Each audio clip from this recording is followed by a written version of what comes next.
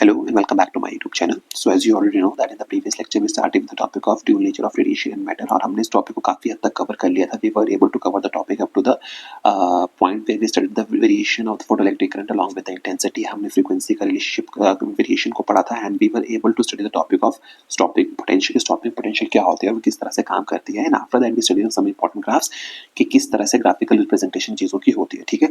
So in today's lecture we're going to start with the next topic जो आज हम करने वाले हैं. Hopefully we will be able to wind up this chapter in this today's lecture. The name of the next topic जो आज आप शुरू करने वाले हैं, the name of that topic is the laws of photoelectric emission. आज हम शुरू करने वाले हैं from the laws of photoelectric emission से हम शुरू करने वाले हैं. ठीक है. I hope you have the basic understanding. हमने जो last lecture में की थी. If you don't have that basic understanding, I would suggest you that you watch my previous lecture. तभी आप यहाँ पे आए. ठीक है. Because it is a continuation from the previous lecture.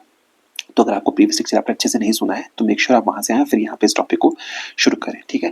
Now when we talk about the laws of photoelectric emission, let's just study what are the laws of photoelectric emission. देखिए, first law of photoelectric emission आपको क्या बोलता है? The first law of photoelectric emission ये बोलता है for a given metal and frequency of incident radiation the number of photo electrons ejected at any second, या हम ये कहते हैं वो डायरेक्टली प्रोपोर्शनल होते हैं to the intensity of the incident light. यानी कि फर्स्ट लॉ आपको क्या कहता है? That for a given metal, for a given metal and frequency of radiation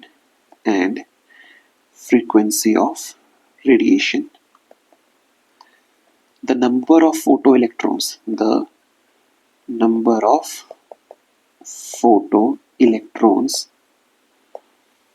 ejected per second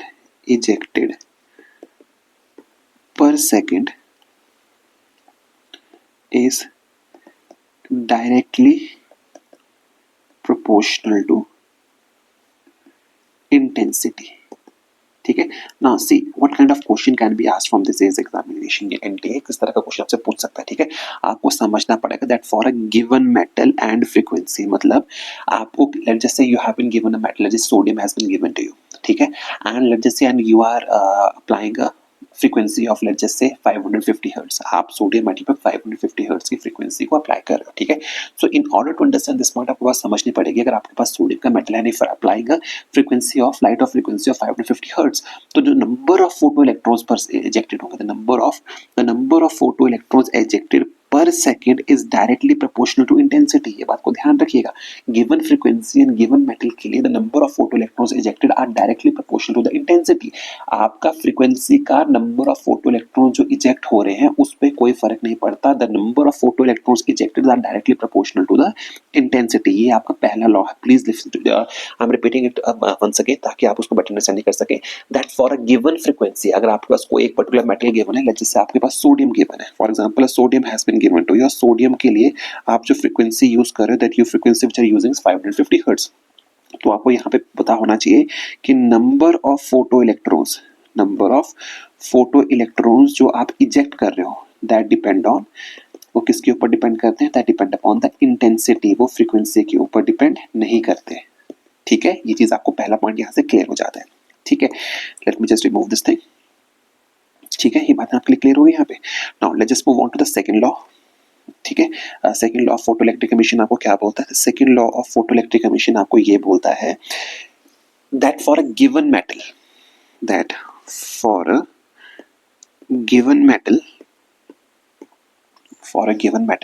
there exists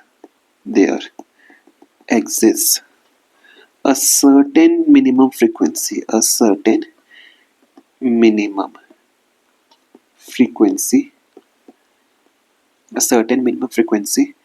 of incident radiation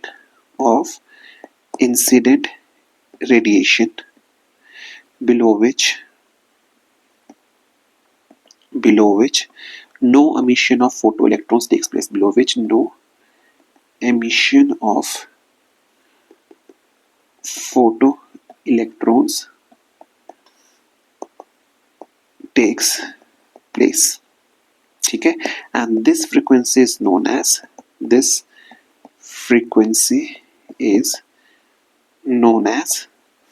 threshold frequency. This frequency is known as threshold frequency. ठीक है. this point is also very important क्यों है important? क्योंकि आपको यहाँ पे threshold frequency के बारे में इंफॉर्मेशन प्रोवाइड करता है। किस तरह से प्रोवाइड करता है? Please listen to me very carefully. ये आपको ये कह रहा है for a certain metal there exist a certain minimum frequency. Paper में पूछेगा कि threshold frequency is a maximum frequency, नहीं, threshold frequency is the minimum frequency. और अगर मिनिमम फ्रीक्वेंसी की बात कर रहा है तो आपको ये इनडायरेक्टली ये भी बोल सकता है, या आप इसको ऐसे भी बोल सकते हो, there exist a certain maximum wavelength. और आप यहाँ पे क्या लिख सकते हो, और मैं यहाँ पे लिख देता हूं, और मैक्सिमम वेवलेंथ। दोनों one and the same thing है, तो आपको इस चीज को समझना पड़ेगा। ठीक है, या तो मैक्सिमम वेवलेंथ होगी या मिनिमम फ्रीक्वेंसी, दोनों एक ही चीज है, because frequency is inversely proportional to wavelength. Wavelength इसकी जितनी ज्यादा होती है फ्रीक्वेंसी उतनी कम होती है, तो आपको यहाँ पे इस चीज का ध्यान रखना है। ये आपसे क्वेश्चन पूछा जा सकता है, the certain minimum frequency below which no emission of photo electrons takes place, below which no emission of photoelectrons take place। अगर आप wavelength के terms में बात कर रहे हो, if you are talking in terms of wavelength, so threshold wavelength is maximum wavelength above which no emission of photoelectrons takes place। So you have to be very careful, you should be able to distinguish the variation of the frequency along with the variation of the wavelength। कि how the threshold, what is the meaning of threshold wavelength, what is the meaning of threshold frequency, you have to be very careful with these points, otherwise you might make some mistake in the examination। because when this kind of question is asked in a subjective form, तब वहां पे समझना पड़ता है, because most of the time students क्या करेंगे, वो minimum wavelength समझ लेंगे। नहीं, frequency should be minimum but wavelength should be maximum. Minimum wavelength का मतलब आपको उतनी ही फ्रीक्वेंसी चाहिए अबव विच आप, अगर उतनी या उससे ज्यादा फ्रीक्वेंसी होनी चाहिए। And by maximum wavelength we mean that the wavelength which you are applying should be less than that particular wavelength. ठीक है, इन दोनों चीजों को आपको समझना है। You should be able to distinguish between the maximum wavelength and minimum frequency. That is only how you will be able to understand the concept of threshold frequency और थ्रेशोल्ड वेवलेंथ। ठीक है, now moving on, let's just right third law of photoelectric emission की अगर हम बात करते हैं तो third law of photoelectric emission आपको क्या बोलता है? Third law of photoelectric states that above the threshold frequency, remember this thing, above the threshold frequency, the maximum kinetic energy of emitted photoelectrons, the maximum energy of emitted photoelectrons is independent of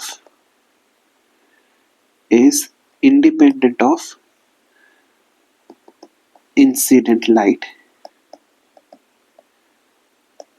is independent of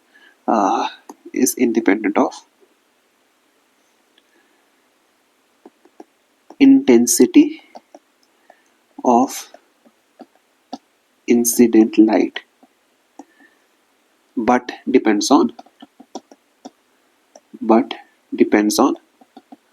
the frequency of incident light, but depends on the frequency of incident light।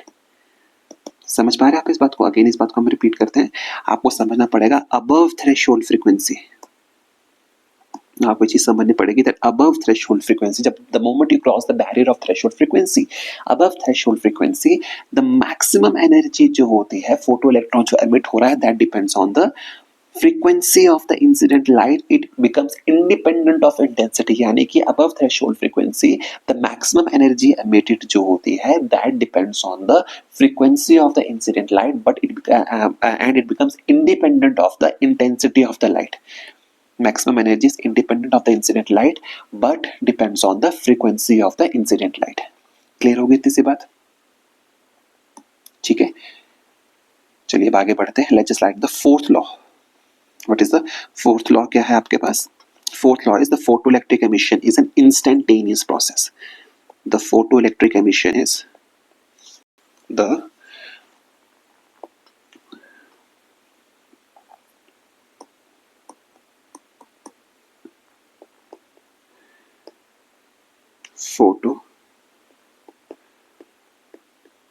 photoelectric process is an instantaneous process। यहाँ पे it should be emission. Photoelectric emission is an instantaneous process with a time lag of and the time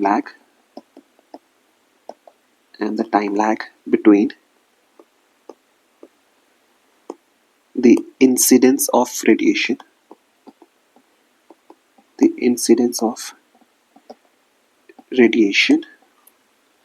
and emission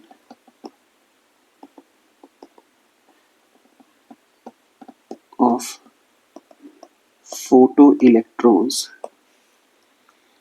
is very small, less than 10 raised to power minus 9 seconds. Okay, इस चीज का आपको यहाँ पे ध्यान रखना है, ठीक है। It is an instantaneous process, मतलब टाइम लैग नहीं है, फोटो इलेक्ट्रॉन गिरेगा इमीडिएटली वहां पे हो जाएगा, ठीक है। और it less than 10 raise to power minus 9 seconds, ये पेपर में क्वेश्चन पूछा गया था, what is the time lag, तो आपको समझना पड़ेगा इस 10 raise to power minus 9 seconds का टाइम लैग आपको यहाँ पे देखने को मिलता है। So these are the laws of photo electric emission, जिनको आपको नॉलेज आपके पास होनी चाहिए। Although this is a theoretical concept, I would suggest you that you remember all this photo electric this laws of photo electric emission, because these are very helpful and these will help you to solve maximum number of questions both in numerical format as well as in the theoretical format. These kind of questions can be asked for your assertion and reason, so you have to be very careful with these things. You need to have a pinpoint accuracy with these things, okay? आप यहाँ पे ये नहीं बोल सकते मुझे आता था मैं नहीं कर पाया, you have to be very careful. आपको आने का मतलब ये है कि you should be having a detailed knowledge, you should be having an accurate knowledge regarding these laws of photoelectric emission, because question can be twisted in many forms. वो आप कान ऐसे पकड़े, but the laws will remain the same. If you have the basic understanding of the laws, it doesn't matter what kind of question is asked, how the examiner asks the question, आपको answer आपको आता होगा, ठीक है ना। Let's just move on to the next topic. The name of the next topic जो अब हम शुरू करने वाले हैं, that is the Einstein's photoelectric equation. अब जो हम टॉपिक करने वाले हैं, that is the Einstein's photoelectric equations.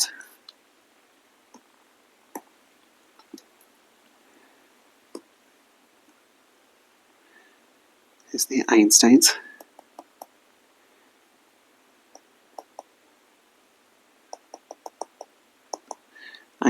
photoelectric equations. Photoelectric equation. Okay. Einstein's photoelectric equation. This equation is also known as the energy quantum of radiations. Energy quantum of radiations. Okay, this equation is also known as the energy quantum of radiations. अब आपको हमने last lecture में हमने क्या पढ़ा था? Last lecture में we studied that the phenomenon of in the last experiment we suggested that it was Einstein who explained the phenomenon of photoelectric effect. किसने इसको explain किया था?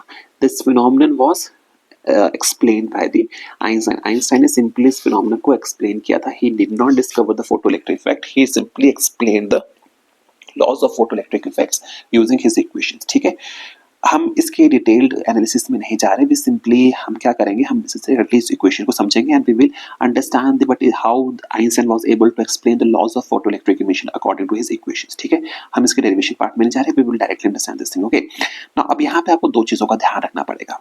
ठीक है, this equation is based on the principle of work energy power, मतलब आपकी energy conserve रहती है, एनर्जी की कंजर्वेशन पे ये लॉ जो है आपका बेस्ड है। ठीक है, अब इसको समझने के लिए let's just try to understand how Einstein what equation did the Einstein give. Okay, तो आपको ये समझना पड़ेगा the equation which the Einstein give was k of maximum, that is the maximum energy with which a photoelectron will be emitted will be equal to half of mv max square, which is equal to h nu minus phi naught, which is h nu minus phi naught। ठीक है, अब हम यहाँ पे क्या करेंगे, let's just try to understand कौन सी चीज क्या रिप्रेजेंट कर रही है। ठीक है, तो here phi naught this phi naught is representing your work function, this phi naught is representing your work function, this is representing the work function। by a work function क्या होता है, वर्क फंक्शन होता है कि minimum amount of the work that has to be done to emit an electron, ये हमने पहले पढ़ा है। ठीक है, and work function is actually equal to H of nu naught, इसको हम एच न्यू नॉट की फॉर्म में भी हम इसको बोल सकते हैं। ठीक है, and this H nu H nu क्या रिप्रेजेंट करता है? H nu represents the incident radiation energy, energy of incident radiation. ठीक है, क्लियर हो गई इतनी सी बात? उसी की तरह से what does this represent? This represents the kinetic energy of, this represents the kinetic energy of emitted photon, emitted photon के बारे में बात करने वाले हैं। ठीक है, अब आपको यहां पे समझना पड़ेगा कि what is a photon, what is a photon. इसको समझने के लिए तो आपको ये समझना पड़ेगा, यहाँ पे मैं सिंपली थोड़ा सा डिटेल में नहीं जाएंगे, we will simply write the definition किस तरह से काम करते हैं। ठीक है, तो आपको समझना पड़ेगा। यहाँ पे मैं लिख देता हूँ, देखो, light radiation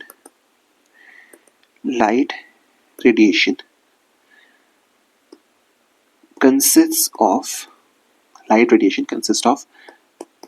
tiny packets of energy which are called as quanta, ठीक है, पेपर में ध्यान रखिएगा, question can be asked what is a quanta. Quanta is nothing but the packet of energy which light radiation is made out of. ठीक है, quanta कहते हैं। ठीक है, and one quantum of radiation is called as photon. एंड यहां पे लिख लीजिएगा, one quantum of radiation is known as photon. One quantum of radiation is known as photon. ठीक है, इसको आप फोटोन कहते हो। And it travels with the speed of light, which travels with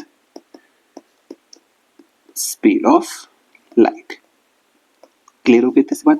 आगे जब हम चलेंगे, मूविंग फॉरवर्ड, जो आगे नेक्स्ट टॉपिक जब हम करेंगे, we will study the properties of photons, कैसे काम करते हैं, what is the momentum, what is the wavelength, किस तरह से एनर्जी किस तरह से काम करती है, वहां पे we will study the different properties of the photon, किस तरह से काम करता है। ठीक है, ये बातें क्लियर होगी।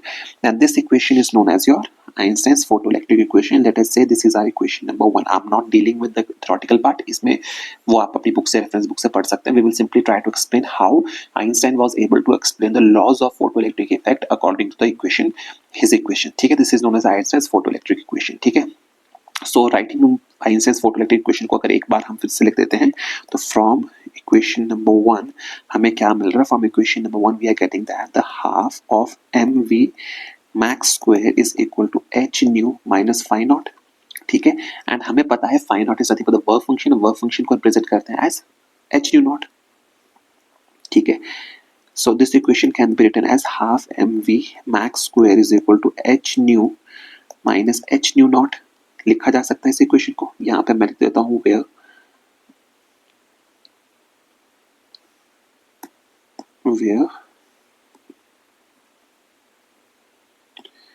h nu naught is equal to phi naught। Clear हो गई इतनी सी बात? ठीक है, so this equation becomes, this implies half mv max square is equal to h nu minus nu naught। ठीक है, ये बात क्लियर होगी आपके पास? And this equation is another formulation of Einstein's photoelectric equation. Different formulation है उसकी। ठीक है, from this equation only we will try to explain the laws of photoelectric emission। ठीक है, ये बात क्लियर होगी?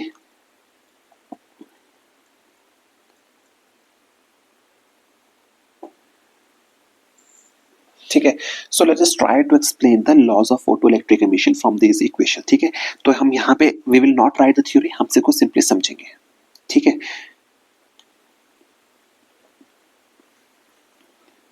सो अगर इसको समझने की कोशिश करें, तो अगर हम फर्स्ट लॉ को समझें, let's just try to understand the first law of photoelectric equation। First law of photoelectric equation, let's just try to understand the first law of photoelectric equation को किस तरह से Einstein was able to explain the first laws of photoelectric equation। photoelectric emission को it should be emission not equation, it should be emission। How Einstein was able to explain the first law of photoelectric emission. देखिए first law of emission क्या था, first law of emission was the number of photo electrons ejected depended on the intensity of light. ठीक है, अब जितने photons उस system पे गिरेंगे उतने ज्यादा फोटो इलेक्ट्रिक एमिशन होगा। ठीक है, तो Einstein was able to explain this thing that as the intensity of the radiation is increase. Einstein ने ये कहा कि जैसे ही मैं इंटेंसिटी को इंक्रीज करता हूँ, मैंने क्या किया, जैसे ही मैंने इंटेंसिटी को इंक्रीज किया, the moment I increase the intensity implies that photons, those are the photons which are incident on surface, क्या करेंगे, they will increase. The moment the number of photons will increase, this implies that the photoelectric current will increase. Photoelectric current क्या करेगा, that will increase. This is how he was able to explain the first law of photoelectric emission. ठीक है, second law की अगर हम बात करते हैं, for second law, how he was able to explain the second law. अगर हम सेकंड लॉ की बात करते हैं, ठीक है, so let's just look at this equation very carefully. अगर हम सेकंड लॉ की अगर हम बात करते हैं यहाँ पे, ठीक है, तो सेकंड लॉ को अगर हम ध्यान से देखने की कोशिश करें, ठीक है, हमारे पास इक्वेशन क्या है, let's just say this is our equation number 2।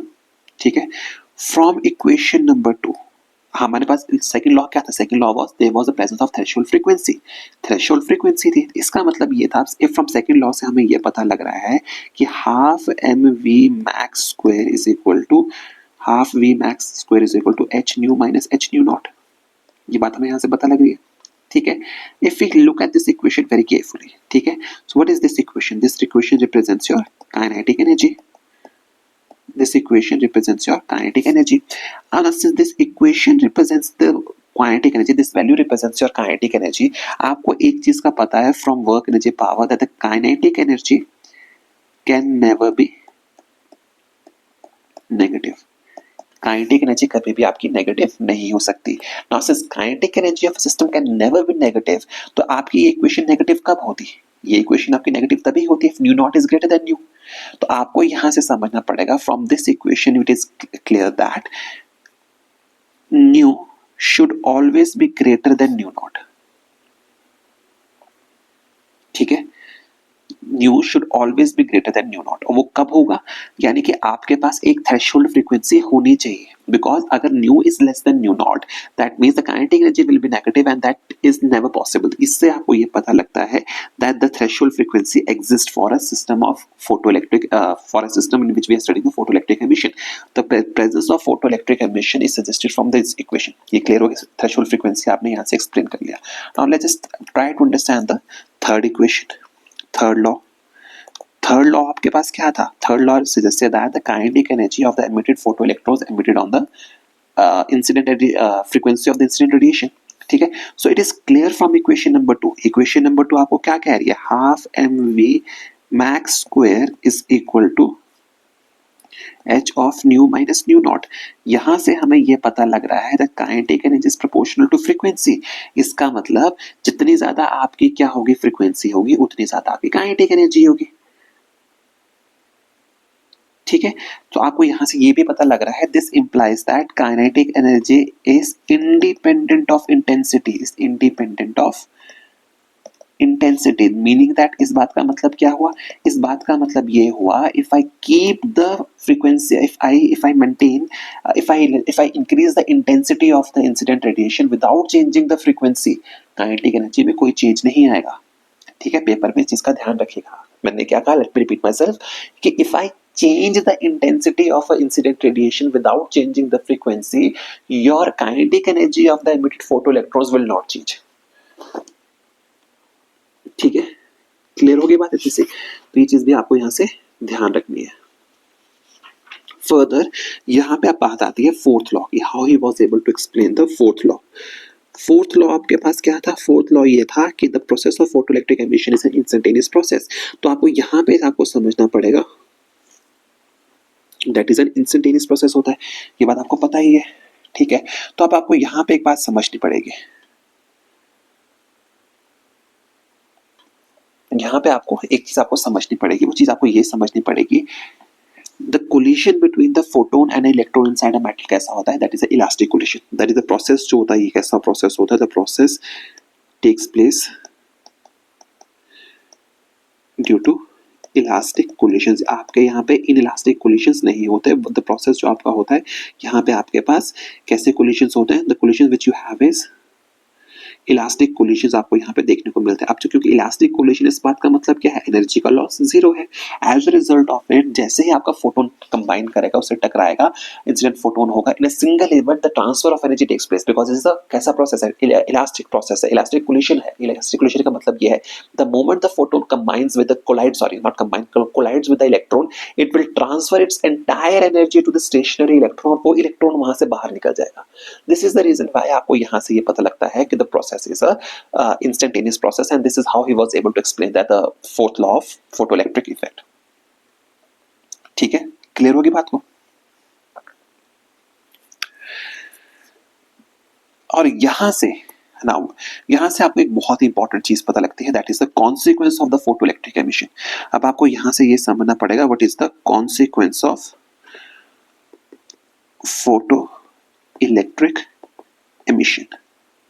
ठीक है, so when we try to understand the consequence of photoelectric emission, तो हमें एक चीज समझ में आती है कि अगर हम फोटोइलेक्ट्रिक एमिशन की बात करें तो आपको ये समझना पड़ेगा, you won't be able to understand the concept of photoelectric emission if we take the wave nature of light into consideration. तो फोटोइलेक्ट्रिक इफेक्ट ने क्या किया कि आपको ये प्रूव किया कि that the light is not of the wave nature but of a particle nature. ठीक है, फोटोइलेक्ट्रिक एमिशन का ये है कि आपको ये प्रूव किया कि light has a particle nature and not the wave nature. ठीक है, and in the previous lecture we studied that the light has both kind of natures, that is both the wave nature and the particle nature. अब कौन सा nature वो show करेगी, that depends on the type of the experiment that we are performing.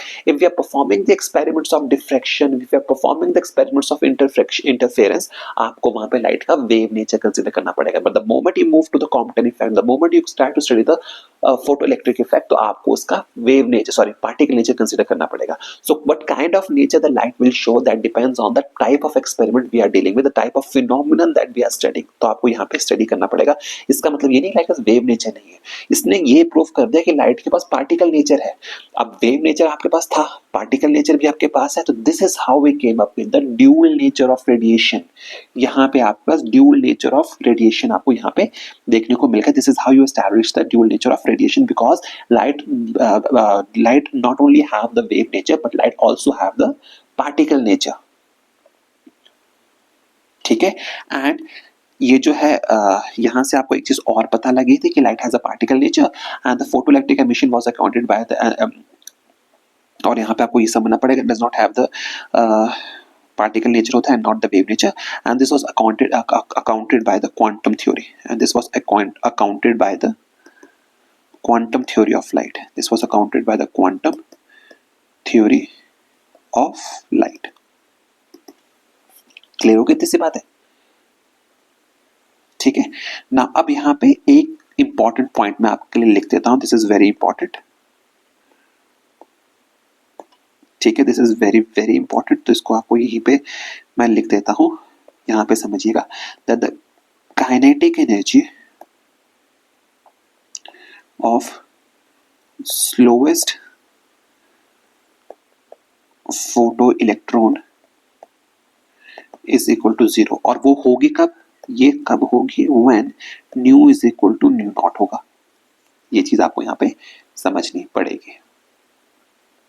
ठीक है, and second आपको ये समझना पड़ेगा, the photoelectric equation, the photo electric equation established the quantum nature of light, established the particle nature of light, that is quantum nature. Particle nature is also known as the quantum nature of light. Clear हो गई इतनी सी बात?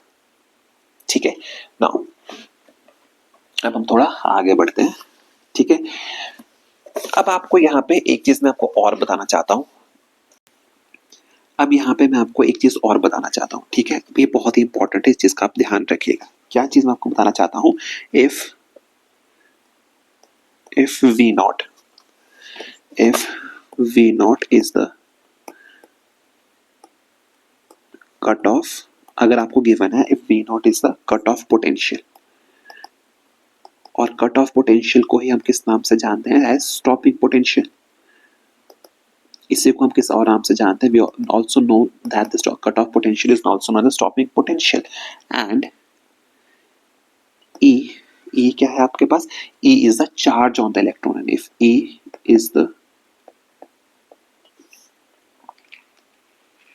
Charge on the electron, then K max will be equal to EV naught।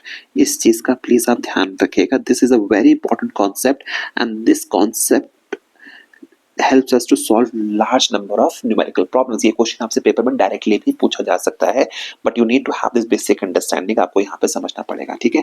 Now in terms of, if we want to write the photoelectric equation in terms of wavelength, तो हम उसको कैसे लिख सकते हैं, we can write this equation as EV naught is equal to K max, which is equivalent to HC over 1 by lambda minus 1 by lambda naught। This is the representation of photoelectric equation in terms of wavelength। ठीक है, ये बात clear होगी, ठीक है। Now moving forward, अब जरा सा हम आगे चलते हैं, we will try to understand the concepts. कुछ बेसिक ग्राफ्स को भी हमने कर लिया था और थोड़े से ग्राफ्स को हम और स्टडी कर लेते हैं, ठीक है। Let's just plot the graph between intensity and stopping potential V naught, ठीक है। If we try to plot the graph between intensity and stopping potential, अगर मैं ग्राफ को प्लॉट करने की कोशिश करूं, so from the basic understanding, तो हमें from the basic understanding we know that, basic understanding से हमें ये पता है that the stopping potential depends on the frequency, therefore but it does not depend upon the intensity. ये बात हमें बेसिकली पता है, this is something which we already know, हमें ये पता है कि stopping potential depends on frequency but it does not depend on the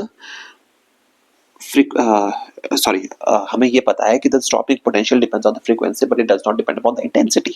तो if we plot, therefore if we plot the graph between stopping potential, therefore if we plot the graph between stopping potential and intensity, तो हमें graph किस तरह से मिलेगा, we will get the graph in this form। हमें graph इस form में मिलेगा। क्यों मिलेगा ऐसा, because stopping potential is independent of intensity, ठीक है, क्लियर होगी बात इतने से। And again, if I have to plot the graph between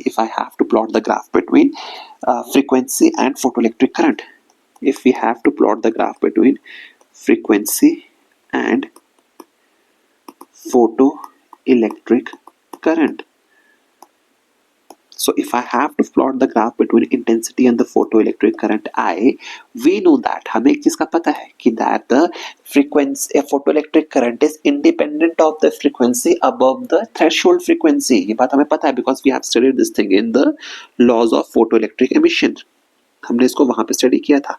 So if I have to plot the graph between frequency and the current, ठीक है, so the graph will be plotted somewhat like this।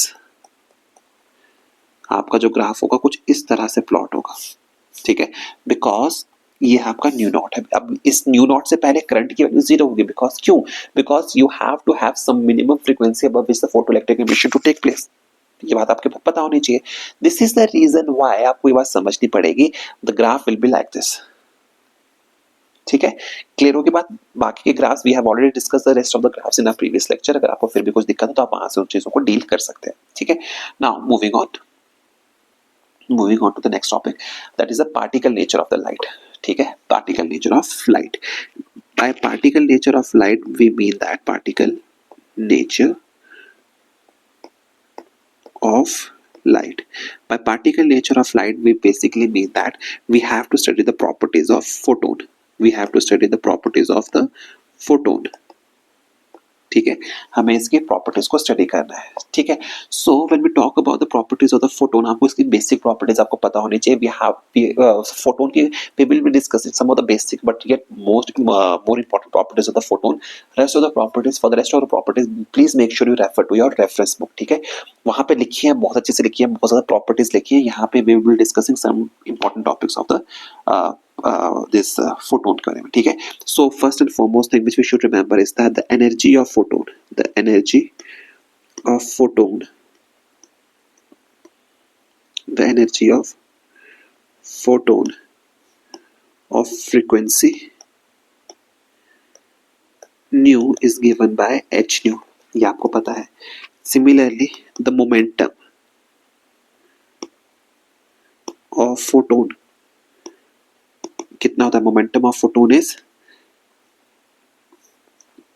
h by lambda which is equal to h nu by c. Clear हो कितनी सी बात?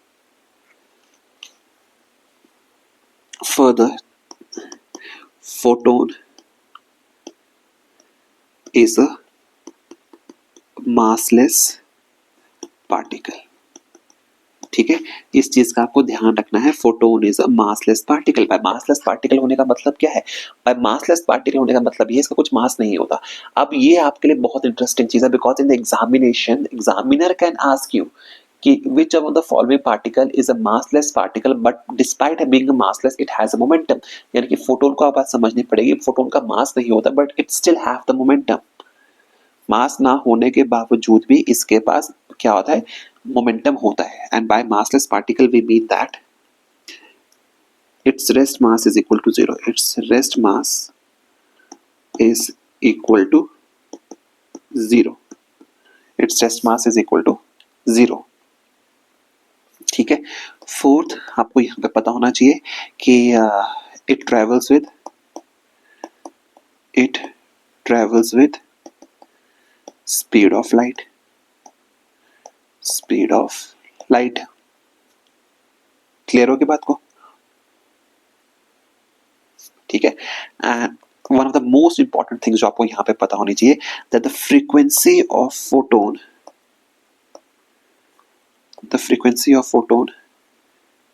does not change when it moves from one medium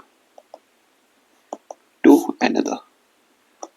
ठीक है, so these were some of the important points जो आपको पता होने चाहिए. एंड इसके अलावा एक पॉइंट आपको और पता होना चाहिए, the relationship between power and energy. Power is equal to n times of energy, where n is the number of particles that are being emitted, where n is the number of photons. Here n is nothing but the photons and E is energy and power is P is given by P. So these are some of the basic relations जो आपको photons के case में पता होने चाहिए. That helps us to explain the properties of the photons. For other relations, please make sure you refer to your reference book. और reference book को जब आप रेफर करोगे you will be get some more properties, but these were some of the basic properties. And सबसे important property यही है, despite being massless particle photon still possesses a momentum. ठीक है, क्लियर हो गई इतनी सी बात?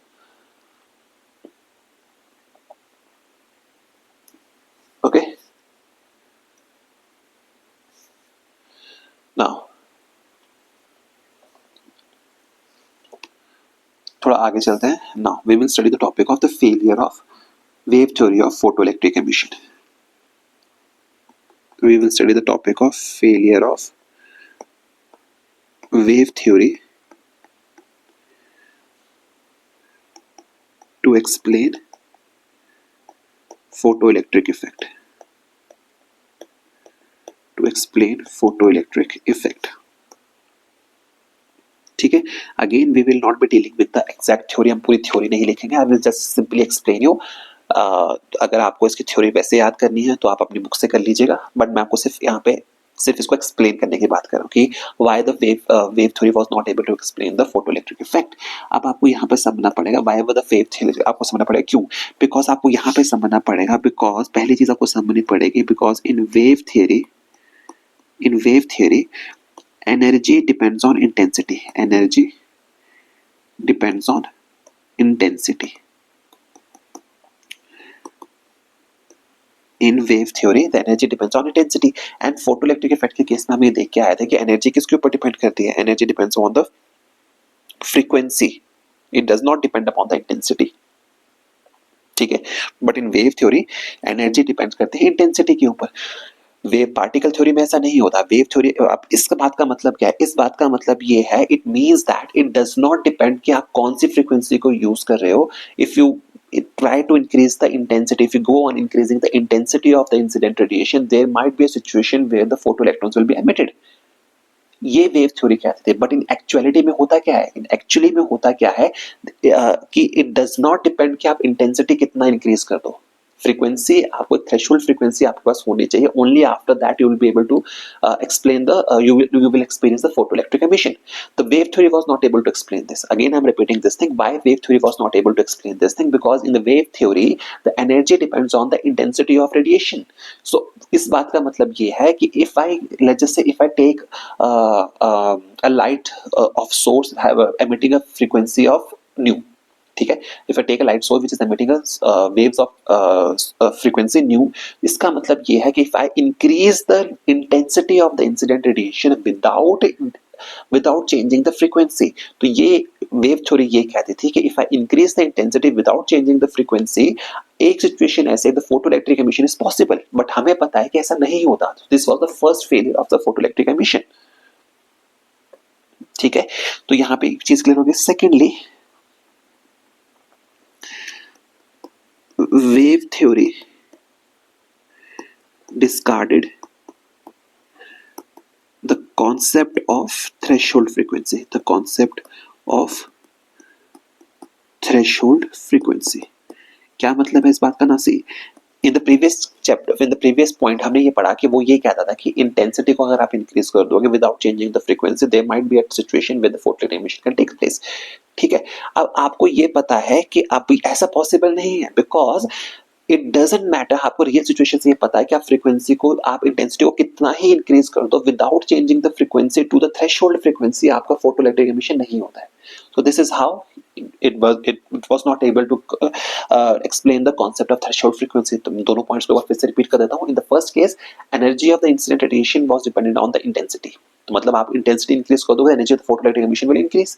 But this is not the situation, because in actual situation में होता क्या है, the energy depends on the frequency. This was the first point, the first point of the failure of the wave theory in order to explain the photoelectric effect. Secondly, wave theory was not able to explain the concept of threshold frequency, because according to the wave theory आप किसी भी light को use करो, it doesn't matter what kind of light you are using, what kind of source you are using, as long as you're increasing the intensity, there might be a situation where the photoelectrons will be emitted, ठीक है। तो उसने threshold frequency के concepts को explain नहीं किया, ठीक है।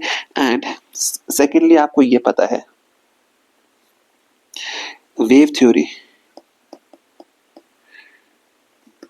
was not able to explain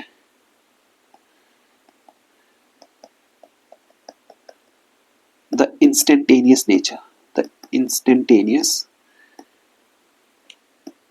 nature of emission, nature of emission। अब इसको वो क्यों नहीं एक्सप्लेन कर पाया? To understand this thing, let's just say why wave theory was not able to explain the instantaneous nature of the photoelectric emission। क्यों नहीं कर पाया? आपको समझिए क्यों नहीं कर पाया। So let's just say this is the source which is being given to us, this is the source which is given to this is a material, ठीक है, and here we have a source of incident radiation, this here we have a source of incident radiation।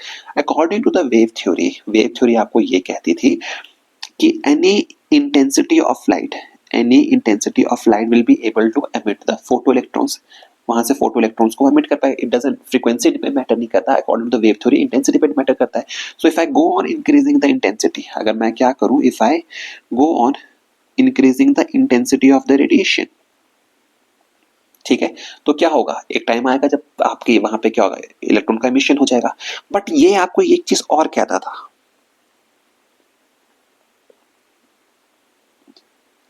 ठीक है,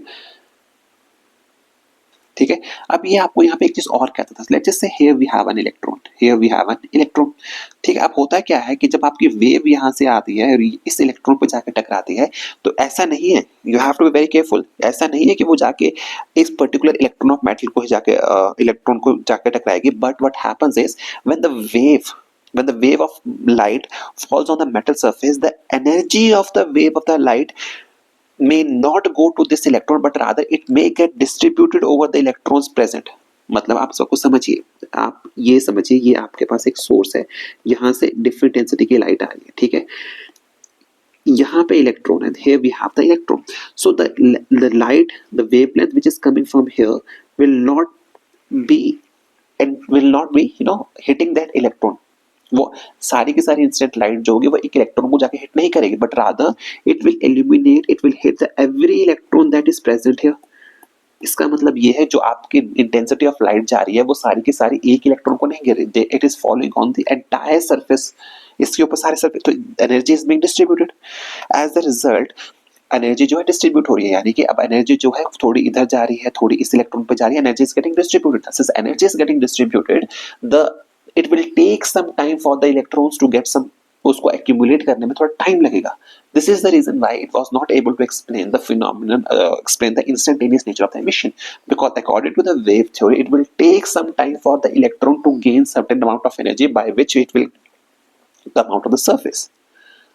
ठीक है, I hope ये बात clear होगी। If you have some problem मुझे बताइएगा, मैं आपको explain कर दूंगा।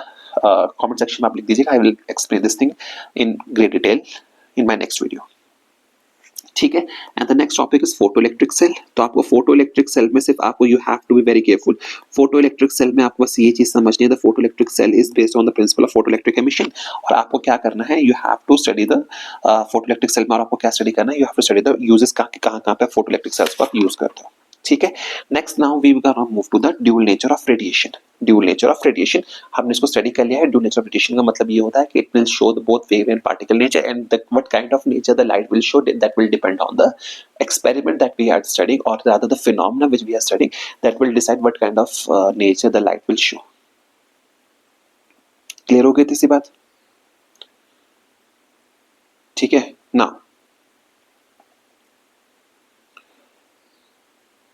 अब हम चलते हैं अगले टॉपिक पे, and this is one of the most important topics.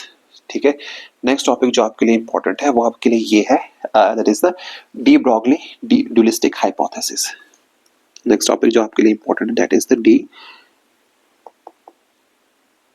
Broglie dualistic hypothesis. De Broglie dualistic hypothesis. ठीक है। तो डी ब्रॉगली ड्यूलिस्टिक हाइपोथेसिस आपको ये बोलती है कि a moving particle sometimes acts as a wave and sometimes acts as a particle, or a wave associated with a moving particle। ठीक है। अगेन मैं इसको लिख देता हूं आपके लिए कि डी ब्रॉगली ड्यूलिस्टिक हाइपोथेसिस आपको ये बोलती है that a moving particle sometimes acts as a wave and sometimes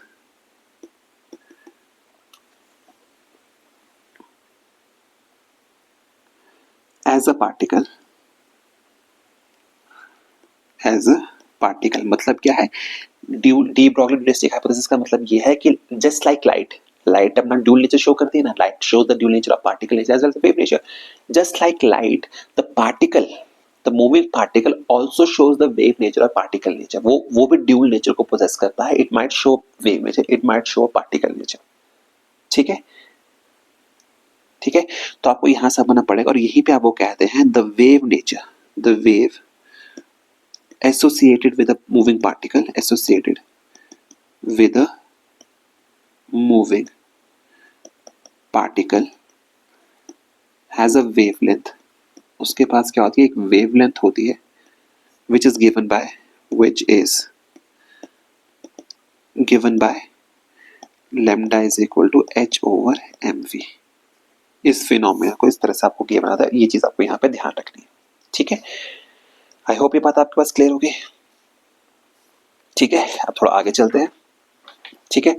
again अब आपको क्या करना है, you have to be very careful with this thing. आपको यहाँ पे क्या करना है, you have to understand basic properties regarding this thing. I will be writing some of the properties, just you can refer to your notebook और reference book, आप वहां से इसको कर सकते हैं। ठीक है। Now from the equation above, now we know that lambda is equal to h over mv is equal to h over p। ठीक है। So here from here we can get that lambda is proportional to 1 by v। इसका मतलब क्या है, if a particle is moving faster, the de Broglie associated with the de Broglie wave associated with the particle will be small। Clear होगी बात। यहां से आपको एक बात और पता लग रही है कि lambda is proportional to 1 by m, meaning that lesser the mass of the particle, more will be the wavelength associated with it। ठीक है। थर्ड इक्वेशन आपको यहाँ पे ये पता लग रही है, ये जो इसी वजह से, this is the reason why the waves which are associated with the human beings are very small, because the mass of the human being is very large in comparison to the mass of the electron. This is the reason why it is very difficult to observe the waves associated with the human beings, because the mass उसका बहुत ज्यादा, human being का mass बहुत ज्यादा। In fact, the waves associated with the ball are very large, because उसका mass in comparison to that of an electron is very large। So electron का mass कम है, that is the reason why if the mass of the electron is less, that is the reason why we can observe the wave associated with the electron, but we cannot observe the waves associated with a human being or a ball or a macroscopic object। We can only observe the waves which are associated with the microscopic objects because the masses are small। Clear होगी बात इतना। अब यहां से आपको एक बात और पता लगता है, if v is equal to 0, lambda tends to infinity। ठीक है। and if v is equal to infinity, if v is equal to infinity, this implies lambda is equal to 0। ठीक है। इसका मतलब क्या हुआ, what does this represent, this represents that this equation, this formulation represents that waves are associated only with moving particles. अगर particle rest पे है उसके साथ वेव्स एसोसिएटेड नहीं होंगी। इसका मतलब आपको ये हुआ कि the waves, this means that the waves are associated with particles only when they are in motion। they are in motion मतलब अगर वो स्टेशनरी है, no waves will be associated with them। ठीक है। यहाँ पे आपको एक चीज का और ध्यान रखना है, that the de Broglie waves, you have to be very careful, that the de Broglie waves are not the electromagnetic waves। de Broglie waves are different from these electromagnetic waves। okay, ठीक है। and these de Broglie wavelengths led to the Heisenberg's uncertainty principle, to the Heisenberg's uncertainty principle। ठीक है। you have already discussed the Heisenberg's uncertainty principle in your chemistry classes। ठीक है। ठीक है। now we know that for a particle moving with velocity v comparable to speed of light, m is given by m naught under root of 1 minus v square over c square, where m naught is nothing but the rest mass। m naught क्या represent करता है, m naught represents the rest mass। ये बात हमें पता है। so is equal to m naught, this implies that de Broglie waves associated with this particle are given as lambda is equal to h over mv, which is equal to h under root 1 minus v square over c square over m naught v। ठीक है। ये चीजें आपने ध्यान रखनी है, these are very important relations, these will help you in your final examinations। Okay, clear होगी बात। एंड यहाँ पे अनसर्टेनिटी प्रिंसिपल में मैं आपको फॉर नॉलेज सेक मैं आपके लिए यहाँ लिख देता हूँ। अनसर्टेनिटी प्रिंसिपल आपको क्या बोलता है, that is delta x into delta p is equal to h over 2 pi. That is equal to h over 2 pi. ये चीज आपका अनसर्टेनिटी प्रिंसिपल आपको यहाँ पे बोलता है, ठीक है। इस चीज का आपको यहाँ पे ध्यान रखना है। एवरीथिंग इज क्लियर है, ठीक है। Now moving on to the next topic. अब हम यहाँ पे क्या करेंगे, we will simply study the relationships between the de Broglie wavelength and temperature, ठीक है। We will simply study the relationship between de Broglie wavelength and temperature. हम यहाँ पे सिर्फ इस चीज को स्टडी करने वाले हैं, relationship between de Broglie wavelength and temperature, ठीक है। नाउ हमें वी ऑलरेडी नो दैट, ठीक है, we already know that K is equal to kinetic energy is equal to 3/2 of small k into T where Kb, ठीक है। तो यहाँ पे K क्या है, we know that K is your kinetic energy and Kb represents your Boltzmann constant, ठीक है। And this equation represents the kinetic energy associated with the particle, associated with a particle at temperature T. This is something which we already know from the kinetic theory of gases, ठीक है। तो यहां से हमें एक चीज और पता है, we also know that K is equal to half mv square for a particle which is moving with the velocity v, ये बात हमें पता ही है। And we also know that P is equal to mv, हमें ये पता है P is equal to mv भी होता है। तो this implies that P is equal to m root 2 times of mk. We will make the substitutions, we will simply make the substitutions, तो आपको यहाँ से पता लग जाएगा। That will be equal to under root of 2m into 3/2 of kt, because kinetic energy is equal to 3/2 of kt, we already know that. So this will be equal to under root of 3m kt. This represents the momentum, याद रखिएगा इस बात को, momentum of a particle traveling with at temperature T, ठीक है। Clear होगी बात इतने से, ठीक है। ये रिलेशन से आपके पास ये चीज आई है, ठीक है।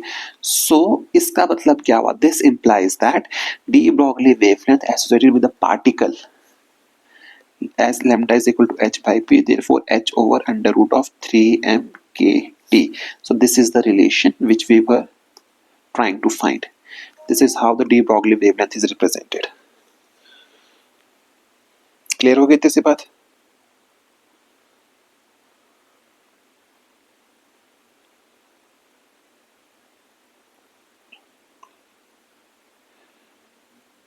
ठीक है। चलिए अब आगे चलते हैं। नाउ वी विल सिंपली, अब हम यहाँ पे दो तीन रिलेशंस को याद कर लेंगे, de Broglie wavelength for an electron for a particular voltage and all that thing, basic relation को याद कर लेंगे, that will help you in your examinations, okay. So what we gonna do is we gonna calculate the de Broglie wavelength, we are simply gonna calculate the de Broglie wavelength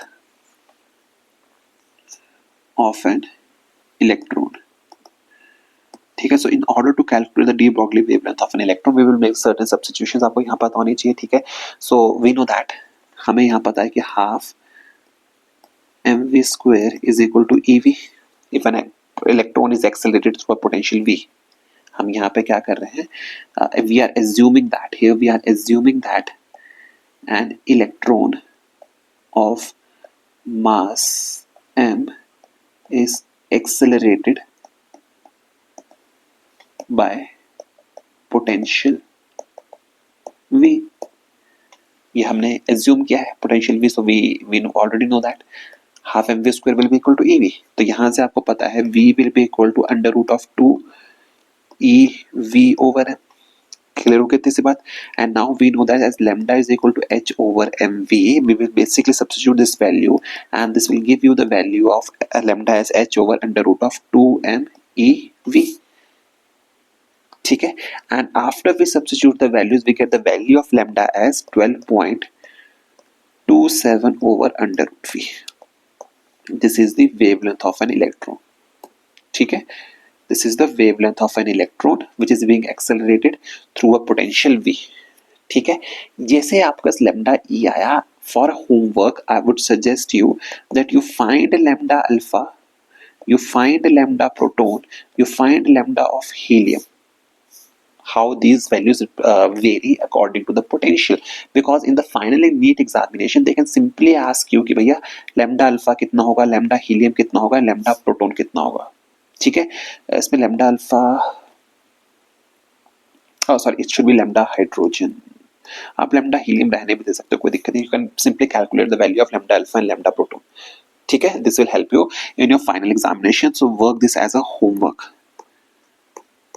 Deal this thing as your homework. This is your homework. Okay, इसको आप ध्यान से रख लीजिए. ठीक है, अब यहाँ पे हम basically what we could do if we're gonna make the graphical representations भी हम इसके बना सकते हैं.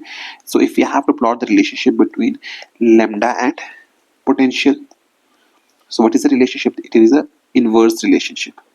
इस तरह से बनेगा. Similarly, if I want to plot the relationship between lambda and root v, अगर मैं lambda और root v का relationship plot करता हूँ, यहाँ पे v और k लिख सकते हैं, v और k का relation. If I plot the relationship between lambda and root v, that again will be equal to like this. ठीक है, but if I have to plot the relationship between lambda and 1 by root v, so it will be a linear relationship. ठीक है, ये relationships पे आपने यहाँ पे ध्यान में रखने हैं. ठीक है, and finally you have the Davisson and Germer experiment. Davisson and Germer experiment को मैं आपको सिंपली यहाँ पे डायग्रामेटिकली समझाने की कोशिश करता हूँ कि वो क्या चीज़ थी, क्या उसमें आपको करना था. So this is the diagram for Davisson and Germer experiment. ठीक है, तो अगर हम इस एक्सपेरिमेंट की अगर हम यहाँ पे बात करते हैं तो आपको यहाँ पे 2-3 चीज़ों का आपको यहाँ पे ध्यान रखना है. ध्यान रखने वाली बातें आपके लिए यहाँ पे ये है, you have to be very careful with it. ठीक है, तो आपको यहाँ पे समझना है कि what is each of this things is representing. Okay, तो आपको यहाँ पे समझना पड़ेगा. So F here is your tungsten filament. F here is your tungsten filament. ठीक है, F represents your tungsten filament. ठीक है, C represents your hollow metallic cylinder. C represents your hollow metallic cylinder. ठीक है, क्लियर हो गई इतनी सी बात. And it acts as your cathode. And it acts as your cathode. ये किसकी तरह काम कर रहा है? It acts as your cathode. ठीक है, सिमिलरली ए रिप्रेजेंट्स योर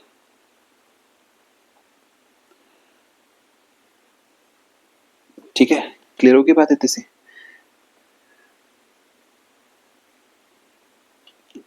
ठीक है, D is your electron detector. Is your electron detector. Clear हो गई बात. N is nothing but your nickel crystal. Nickel crystal. ठीक है, क्लियर हो गई बात. यहां पे आपको समझना पड़ेगा phi. Phi phi represents your scattering angle, while theta represents your glancing angle. ठीक है, क्लियर हो गया. And A is nothing but your anode. ठीक है, यहाँ पे you just go through the theory of this topic. यहाँ पे बस मैं आपको एक चीज बताना चाहता हूँ which is very important for a final examination, in that theta 2 theta plus phi is equal to 180 degree. This is a basic result इस टॉपिक में जो आपको समझ में आना चाहिए. 2 theta plus phi is equal to 180 degrees. Because in the examination he might suggest you, he might give you that if phi is equal to, let's just say 50 degrees, what will be the value of theta, or what will be the glancing angle? That glancing angle in this case will be equal to 2 theta plus 50 degrees is equal to 180 degree, meaning that theta will be equal to 130 degree divided by 2. This will be your glancing angle, that will be equal to 65 degrees. तो आप glancing angle कितना आएगा? 65 degrees के आसपास आएगा. ठीक है, clear हो की बात इतनी सी. तो ये चीजें आपको पता होनी चाहिए. This is the final examination and the graph which you get here, and the graph, if you plot the graph between I and phi, if we plot the graph between I and phi, we will get this kind of graph. Here we will be getting a peak at 50 degrees. ठीक है, आज जब हम इसमें calculations perform करते हैं, we get the value of lambda as 1.66 angstrom, which is similar to the results which are obtained by Bragg's equation.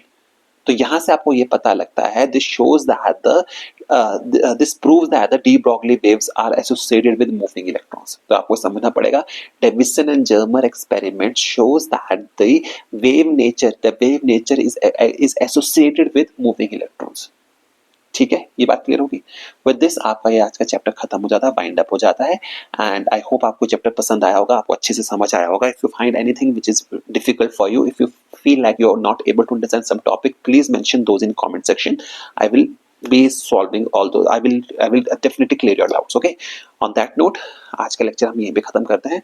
I hope आपको अच्छा लगा होगा, and please make sure that you like share and subscribe. Thank you so much. कल मिलते हैं आपसे। Bye bye, take care and best of luck.